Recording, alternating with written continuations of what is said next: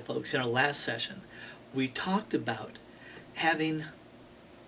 being ready when your advertising hits, making sure that you can pass the stress test, making sure that if you have people coming into your business, that you can go ahead and handle them.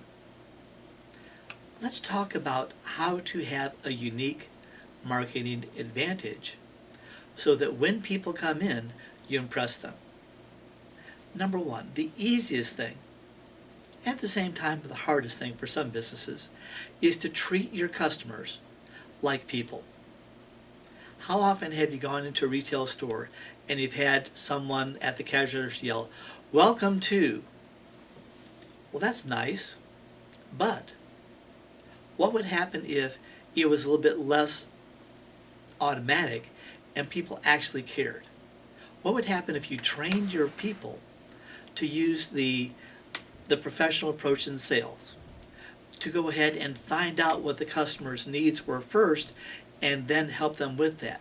What would happen if you had some unique marketing advantage, whether that was the cleanest restrooms in town, whether that was the freshest produce in town, whether that was the latest gizmos and gadgets? Whatever type of business that you have, you want to have some type of advantage, because a lot of people think that they're going strictly for the lowest price, but they're not. They're looking for the best value. And the best are always free, because the value of their services more than pays for their fee. So strive to have the best value, not the lowest price. And when you have the best value, you'll have people coming back to you again and again and again. Now, what does this mean to you? I used to own a dry cleaner. What I would do is, as people are coming in, I would say, if you have this in by 10, I'll have it back by 5. I'll have it back by 3, whatever the time frame was. So they knew they could have this same day pickup. As long as they brought it in before 10, boom, I can have it back to them that night. When I did that, guess what? People knew that was my unique marketing advantage, and that I would have it back to them that day. Now, as I started getting busier and busier, it became harder and harder to do that. So I started having to prioritize, and I started to have to make some of these be an express one. So if someone came in, they say, "I don't need this until next Tuesday." Great. But what I tried to do was I tried to have everything be in. If someone came in by 10, I'd have it back by 5. Can you do that in your business? Can you have a value that doesn't cost you anything extra, but it's a articulated value to them? What do I mean by that? Can you do something that people see as a perceived value, and then explain and educate them how that value helps them? Because people don't care about features. They only care about benefits that you bring to them. People don't buy a drill because they want a drill. They want to have holes made, and they want to do this with the least amount of stress. And so when you're going ahead and selling a drill, you're not talking about the features of this drill. What you want to always stress is the benefits. Because it has, now a feature could be a benefit, but you want to go ahead and articulate that benefit. This is a 3/4 horse drill. Who cares? But if you say, because this is a 3/4 horse drill, it will go ahead and make your jobs easier to finish.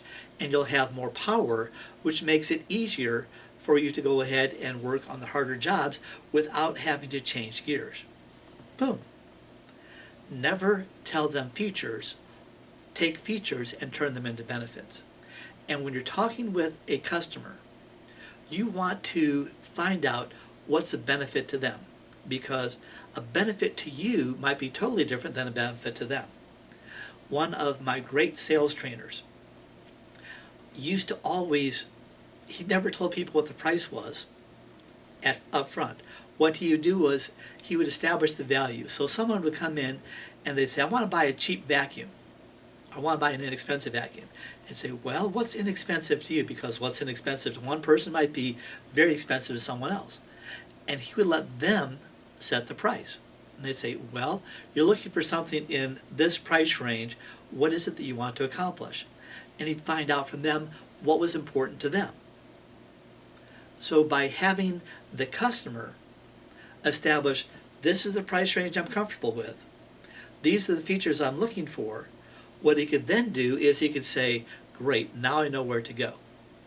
Because if somebody comes in and they want to have a little cheapy, and you try to sell them the ultra deluxe, you might turn them off before they even get started. But if you say, tell me what you're looking for, and they say, I want the medium deluxe. Well, what's the medium deluxe mean to you? I want to have this feature, this feature, this feature, this feature. Great. Let me go ahead and show you what we have. It has this feature, this feature, this feature, and this feature, which is exactly what you're looking for, isn't it? Great. I think that this will meet in your price range because you said you want a price between this amount, and this is right there in the middle. How many of these would you like? What you've just done is you've had them establish the parameters and you just fulfilled them. So you always want to know what the unique marketing advantage is that you have and articulate them according to the customer's needs.